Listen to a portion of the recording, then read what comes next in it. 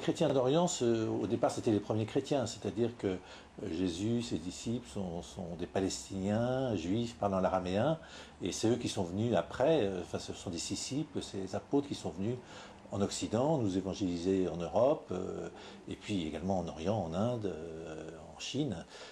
Des chrétiens d'Orient sont allés aussi. Aujourd'hui, on peut les estimer, d'après j'ai fait une étude assez petit peu en regroupant un peu toutes les sources, parce qu'il y a des chiffres qui ne sont pas toujours très sérieux, je les estime à 105 millions dans le monde, y compris 20 millions dans la diaspora, mais il faut voir que dans ce chiffre, il y a à peu près 45 millions d'Éthiopiens, des Éthiopiens qui sont des chrétiens d'Orient, bien sûr, de rite copte, cette église fondée par l'évangéliste Marc.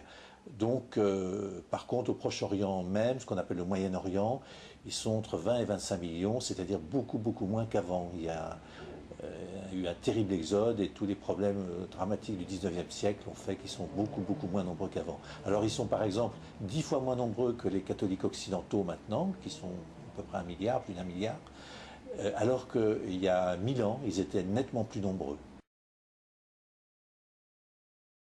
Jusqu'ici, les chrétiens vivaient avec des souffrances, bien sûr, avec des vexations, avec des statuts euh, souvent humiliants, mais tout de même avec une position importante. Ils vivaient en bonne intelligence avec les musulmans dans tous les pays, sauf l'Arabie Saoudite qui interdit toute présence chrétienne, mais en Irak, en Iran, en Palestine, en Égypte, malgré des graves difficultés, il y en avait. Il n'y avait pas vraiment Al-Qaïda.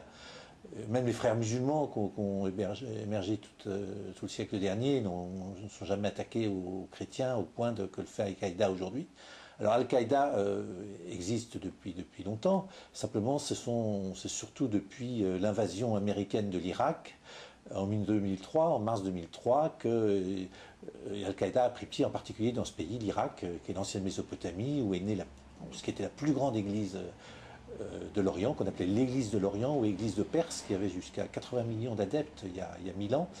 Al-Qaïda maintenant veut supprimer effectivement toute présence chrétienne en Irak, comme ils l'ont montré il y a 3 jours à Bagdad, en Égypte, où ils ont des revendications assez étonnantes sur 2 femmes qui se seraient converties à l'islam et qui seraient retenues prisonnières, ce qui ne résiste à aucune analyse sérieuse. Et je crois qu'il faut en tenir compte.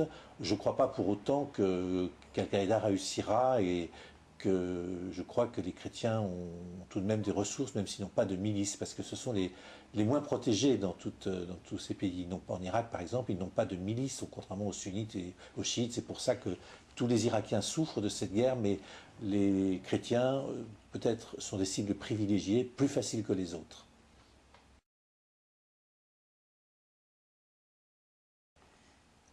Beaucoup de gens font le pronostic que les chrétiens vont disparaître, mais non, parce qu'il y a déjà eu dans le passé des moments terribles. Il y a eu les Fatimides qui avaient voulu détruire toute présence chrétienne à un moment. Enfin, le calife Hakim, par exemple, au début du XIe siècle, ce qui a amené un siècle plus tard les croisades. Il y a eu des périodes terribles, également sous les Ottomans. Il y a eu le génocide arménien, qui est la chose la plus épouvantable qu'aient connue les chrétiens d'Orient en 1915, 1,5 million d'Arméniens, mais aussi de Chaldéens, de Syriens catholiques, Syriens orthodoxes et protestants. Il faut compter aussi les protestants et les anglicans qui sont sur cette terre des chrétiens d'Orient. Donc il y a eu des épreuves tout au long de ces deux millénaires. Sous l'Empire perse aussi, ils ont connu des souffrances terribles. L'empereur Chapour avait massacré des chrétiens. Il y a eu sous les Ottomans aussi, sous les califats arabes, il y a aussi des problèmes. Il y a eu souvent des problèmes pour les Coptes d'Égypte. Puis ils ne sont jamais partis. Les Coptes, ils sont encore entre 10 et 14 millions. Ils sont bien présents. Ils sont souvent malheureux, mais bien présents, bien actifs. Ils ont une très grande vitalité. Il y a de très grands hommes de lettres, hommes politiques, responsables d'entreprises, intellectuels. Ils ont eu un rôle énorme dans ce qu'on appelait le réveil arabe au 19e, au 20e siècle. Ils ont créé de nombreux partis, par exemple les partis communistes ou le parti Baas, par exemple, qui sont tous les partis laïcs qui ont été créés par des chrétiens. Je ne crois absolument pas une seconde qu'ils vont disparaître, y compris, j'espère, de Palestine, où là, effectivement, c'est grave. Il faut se rendre compte, par exemple, une toute petite chose, c'est qu'il y a beaucoup plus en Israël, en Palestine, ce qu'on peut appeler la Terre Sainte, beaucoup plus d'immigrants ayant épousé des Israélites et vivant en Israël, on peut les estimer à 300 000 au moins, et venant de Russie ou de Roumanie ou de Bulgarie, que de chrétiens palestiniens. Et pourtant, au moment de la création d'Israël, les chrétiens étaient très nombreux. Maintenant, ils sont une toute petite minorité. Même à Bethléem, la ville de naissance du Christ, ils sont moins nombreux que les musulmans.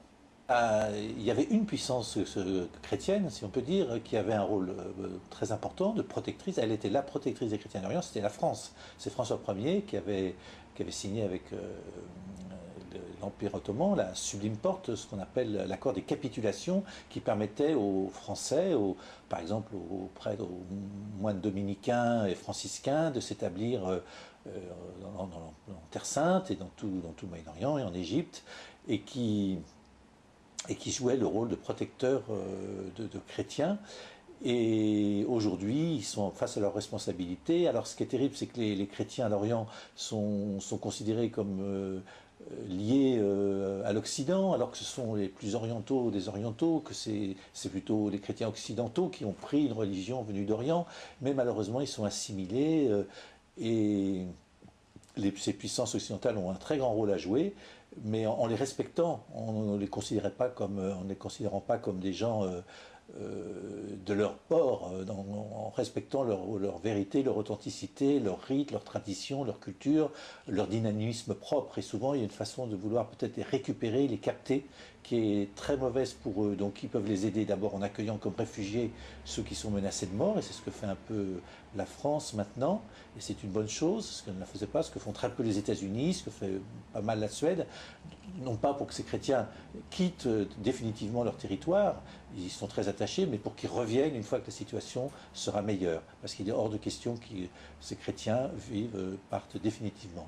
Enfin, il y a tout de même une dernière chose, les Melkites, ces Grecs catholiques qui étaient palestiniens, il y en a 1 million, je vous parlais tout à l'heure des chrétiens palestiniens, il y en a 1 million en Amérique du Nord et du Sud, c'est absolument considérable. Ceux-là, je ne crois pas que beaucoup rentreront.